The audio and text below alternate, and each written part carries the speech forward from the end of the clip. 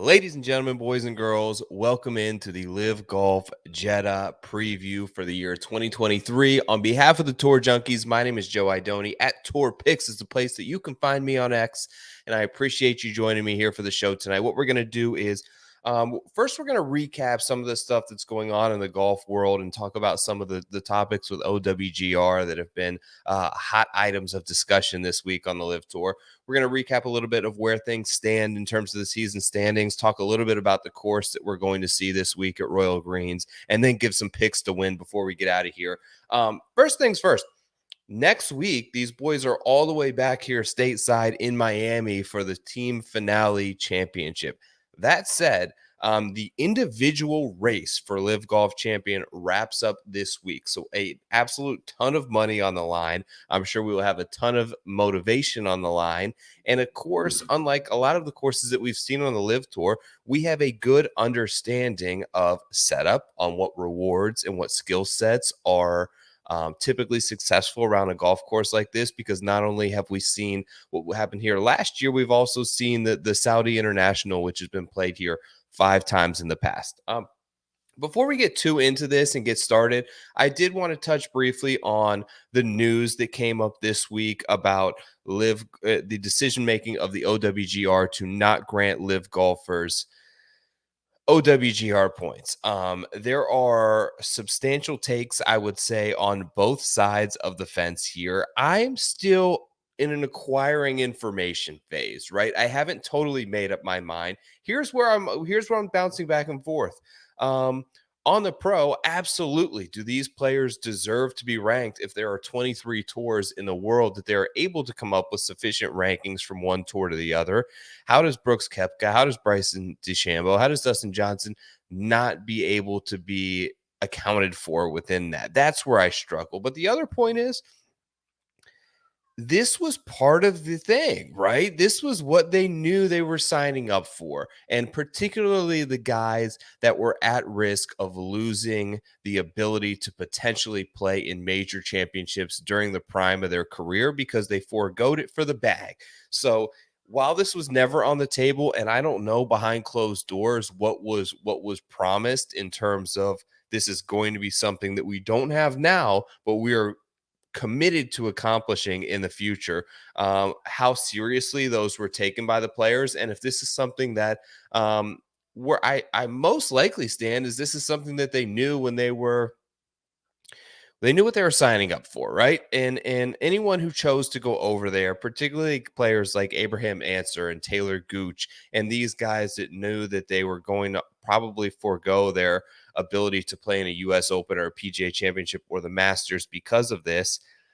It's part of the situation, man, and it kind of is what it is, and it appears that there is a path with this merger to eventually play co-sanctioned events, potentially with the PGA Tour, in which case they will have the ability to earn those points. And the bottom line is they had a set of criteria in place that this tour doesn't abide by, and they never did, and they knew that they weren't going to. And I think that what they thought was what they have essentially thought all along, that we have a tremendous unlimited supply of money that will buy us whatever we want. And frankly, it's it's kind of worked out for them thus far. So it's hard to disregard that strategy. But I think in this case, OWGR is standing ground. They're full of their own flaws. I think that they never assumed this would be something that would be possible. So in the end, I think that we're just going to have to wait and see. And that's kind of the approach that I'm taking with it. But as things continue to go down, I wanted to touch base on what things are happening this season in terms of the LIV Tour. And it's essentially down to 3 players left.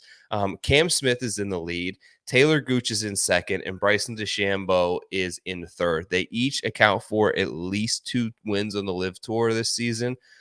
Cam has 2, Taylor Gooch has 3, Bryson has 2. It's worth noting, I think, from a course history standpoint, when trying to handicap these 3 guys, that Cam and Bryson finished outside the top 20 here last year, while Gooch was able to finish 12th. But I wanted to bring up this graphic that has been presented by LIV Tour that kind of illustrates, in a way, their path to hoisting the individual championship. Cameron Smith, So if he finishes first, he wins. If he finishes second or third and Gooch does not finish, Gooch finishes anywhere but beyond first, so over second place, he still wins. So these are all the different paths to a Cam Smith win. It looks like he can even finish 10th if Gooch finishes outside the top five and DeChambeau doesn't finish second. So there are a ton of pathways here for him. These are the Taylor Gooch shares. Let me see if I can zoom in on this just a hair. So the way that Cam or the way that Taylor Gooch would win this tournament or win the individual title is he finishes first, Cam Smith finishes worse than fourth, and Bryson DeChambeau finishes outside the top two. So on and so forth down the line. He can potentially win if he finishes 10th. Bryson doesn't finish in the top three, and Cam finishes outside the top 18. So a lot of good pass for Gooch there, who is not far behind. And Bryson has the least amount of available options in terms of winning. He would need to finish first and have Cam finish outside the top five, Gooch finish outside the top three. Those are his sort of paths, but essentially he has to finish first, second, or third to even have an opportunity to win the individual title this year. Okay. So I just kind of wanted to bring that up. The other thing that we should talk about here, let me go toward where the player standings are. Okay, so this drop zone. So this is something that is new this year that I was not 100% familiar with, but pay attention to this drop zone this week. And that's players that are in the drop zone are finishing 45th or worse right now in the individual standings. Those players, according to LIV Golf, are relegated out of LIV Golf League next season and must re-qualify for a LIV Promotions tournament via a LIV Promotions tournament. I'm not 100% sure what that means, but we will find out. But apparently, this is their way of bringing in new players going to who are replacing the players who least performed in the previous season. Those would be Lee Westwood, Jed Morgan, James Piot, Chase Koepka, Martin Keimer, Siwon Kim are the main ones. Wade Ormsby and Kieran Vincent are also on that list, but as you see there, they have only played in one event this season. And Keimer, of course, missed those first three due to injury. So another thing to sort of keep in mind. Some of the other individual standings outside the top four, you have Reed, Koepka, Grace, Johnson, Pereira, Munoz, and Lahiri round out the top 10 players this season. Okay. The course. Let's talk about the golf course a little bit this week. So Royal Greens is a par 70, just over 7,000 yards. So this is a short par 70, two very reachable par fives, four par fours. The most iconic hole on the course being the par 3 16th, which runs parallel to the Red Sea. They're setting up what they're calling a beach club and a Red Sea lounge on this hole. So I assume this is where the majority of the patrons and the very rich and wealthy Saudi ambassadors will be hanging out and watching the event this week. Here's what Graham McDowell, who actually won the Saudi International, interestingly, the Saudi International has been played 5 times at this course, which is, as far as my understanding, it is a DP World Tour event. All 5 previous winners of the Saudi International now play for LIV Golf. DJ has won it. Harold has won it. McDowell has won it. Answer won most recently in 2023. DJ has 2 wins there. Here's what Graham McDowell's quote about the course. The way the wind blows here, you have to hit a lot of different shots. It asks all questions. You must put it in the fairway to hit key shots. But to me, it's a big iron play golf course, which is kind of the main takeaway that I've noticed from previous rounds of this tournament as well. Let me go through the scorecard here. I can bring this back up. Boom. Okay. As I mentioned there, all the previous winners, you can see here on the scorecard. So here's a map of the course as well, which I think is helpful. This course appears to be on a fairly tight piece of property. Everything is pretty bunched together. Now, what you will note is this dark green space around the outside of the fairways. It ain't grass. I'll tell you that. It is desert. It's sand. And if you miss these pretty wide and generous fairways, you will be in one of these bunkers. The waterways are all, to me, very unnatural looking.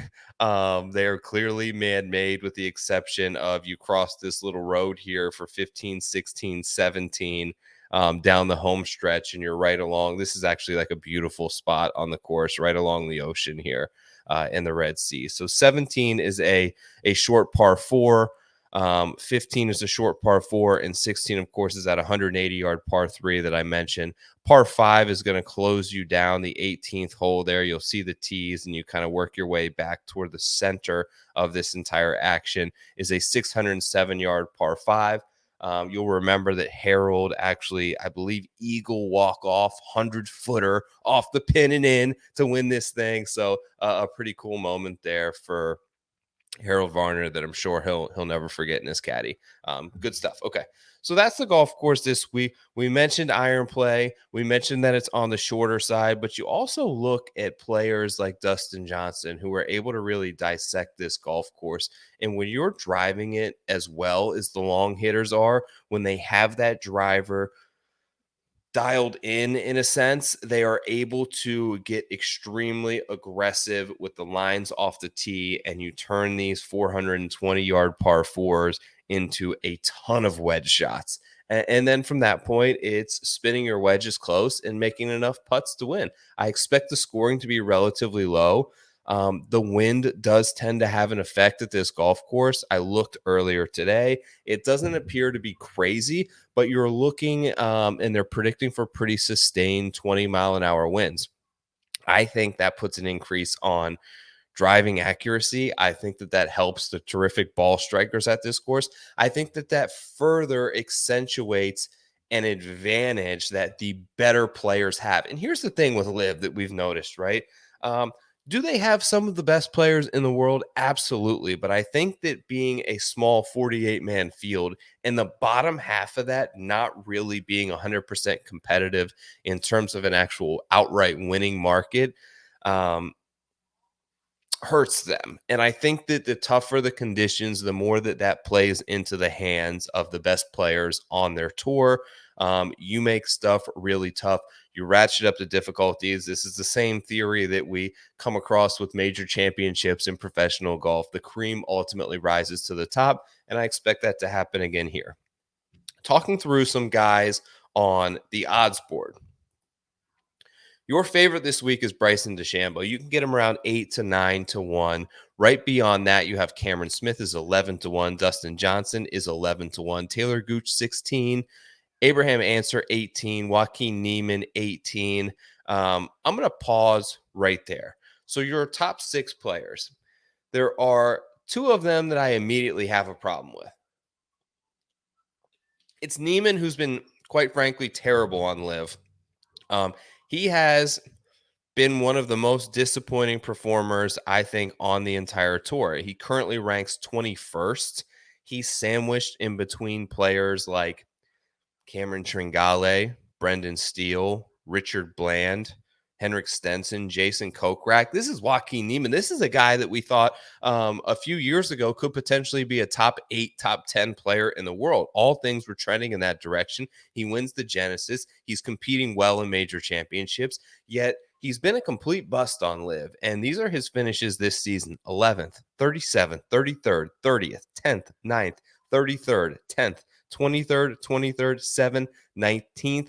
He should be finishing top 10 every week. And the fact that he has 4 of 10 events, 40% of events where he's outside the top 30 in a 48-man field is awful. I can't believe he's ranked there in terms of the odds board this week.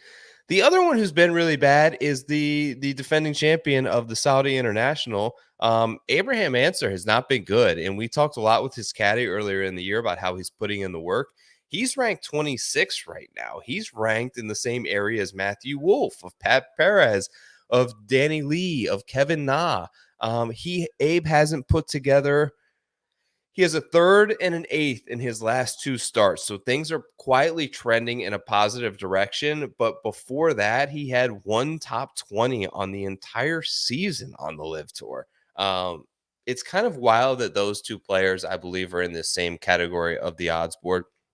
Now, I'm going to explain who I'm taking up top first, it's Bryson. He's won the last two events. Let me see here. He's won two of the last three. Excuse me. I forgot about Bedminster in there. He won Greenbrier. He won Chicago. He won them in going away fashion. I think that he's playing the best of anyone on Live Tour right now. And when Bryson is in this mode, when he's playing the best, so at Greenbrier, he was able to essentially make a shift to this new driver. And I think that that really changed the game for him. Anytime you're working with club speeds at the magnitude of Bryson DeChambeau, um, the driver is everything, right? If you can keep it on the planet, you're going to have a massive advantage on the rest of the field, which is what he does. He was able, even on a very short golf course like um, Andalusia, finished first. I'm sorry, finished second in that tournament only to Taylor Gooch. So on a very short, on a very tight golf course like Spain, like Greenbrier, even Chicago, Rich Harvest Farms wasn't overly long by any means.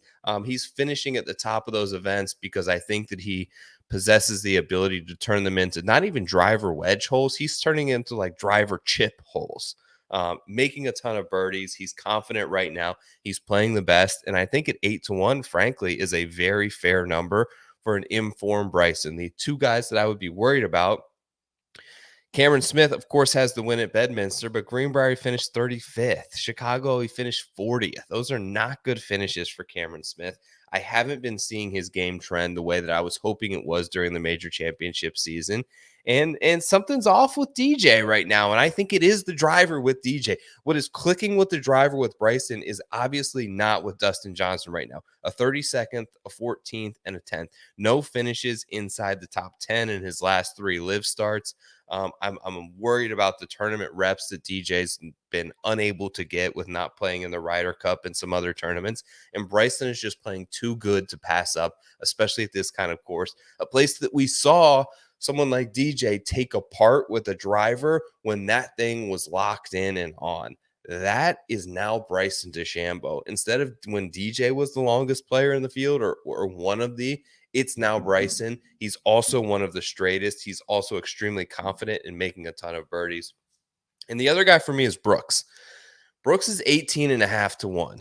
He's defending champion here. He played in the Ryder Cup. I think that he put a ton of work in, and he spoke about this. He was working every day for weeks with Claude in trying to get his situation optimized for the Ryder Cup. He had a disappointing finish in Chicago, but I'm willing to sort of write that off because that was in a weird scenario where I think he was maybe ill prepared for that particular event, as there was a much bigger prize on the table that had the majority of his focus. He's defending champion here. I think that if the conditions and if the wind picks up and if this is an iron play course, he's been the best approach player on Live Tour all season.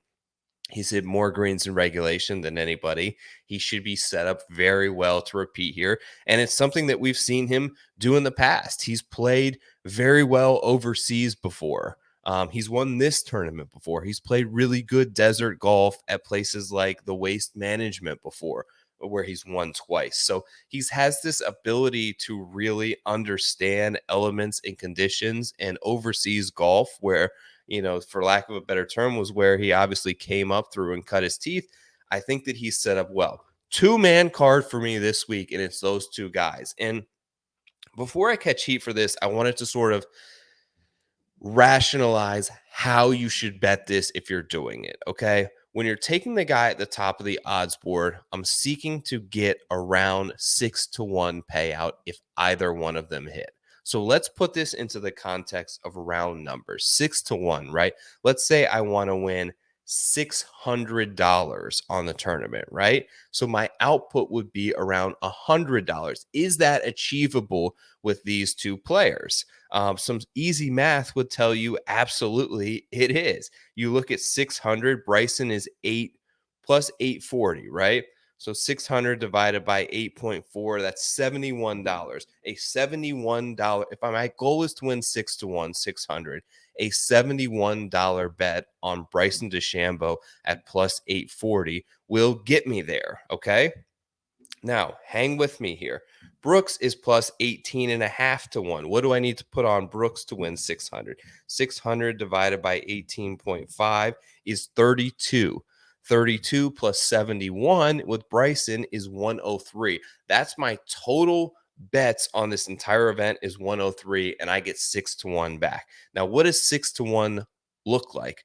Also, one thing you need to understand is when one of those players win, I'm getting that betting input back. So I'm getting a little better than 6 to 1 in this scenario. 6 to 1 is roughly about 16% of the time. So if they play this event and sim it out 100 times, my odds would tell me I need either Bryson or Brooks to win this 16 of the 100 times. And I feel like that's more than possible. I feel like the true odds in my head are close to a 20%. One in every 5 times they play this, you're either going to get defending champion in form, working hard, geared up Brooks Koepka, or you're going to get the best player on the tour right now, which is Bryson, who's driving it further, who's won 2 of the last 3. And you can combine both of those two and get around 6.3 to 1 on every $100 that you turn in. It's not the sexy long shot bomb 25 to 1 payout, but I think that it is a sound strategic play, particularly in an event like this at this golf course late in the season when you've got guys that are grinding for ultimately a championship, but every position that they were able to move up is a ton of money for these guys. And I really like that. Bryson, Brooks, those are my 2 picks this week. That is your course preview. Make sure to check out and follow at the Tour Junkies. Subscribe to this YouTube channel where you're watching this video right now. You will see all of their content every week. They've got a number of shows linked with SoBet. They've got obviously Pat and DB are going to be doing the DFS show as well as the betting preview show each and every week on a PGA Tour side of things. Myself, those guys are all active in the Nut Hut posting props and positional plays. Matchups are already off to a hot start this year. I'm up 5 units through 2 events in just props and positionals. I tweet out my betting card for every week there first. This is where you're going to get my picks on the LIV Tour. My name is Joe Idoni. At Tour Picks is where you can find me. Thanks on behalf of the Tour Junkies for checking this out. Good luck. I'll be back here in the saddle next Wednesday. Maybe I'll even get one of the boys to join me as the LIV Tour makes its way to my home state down here in Florida for the team championship. Best of luck to everyone. I hope that you have a great week. I'm out of here. Peace out.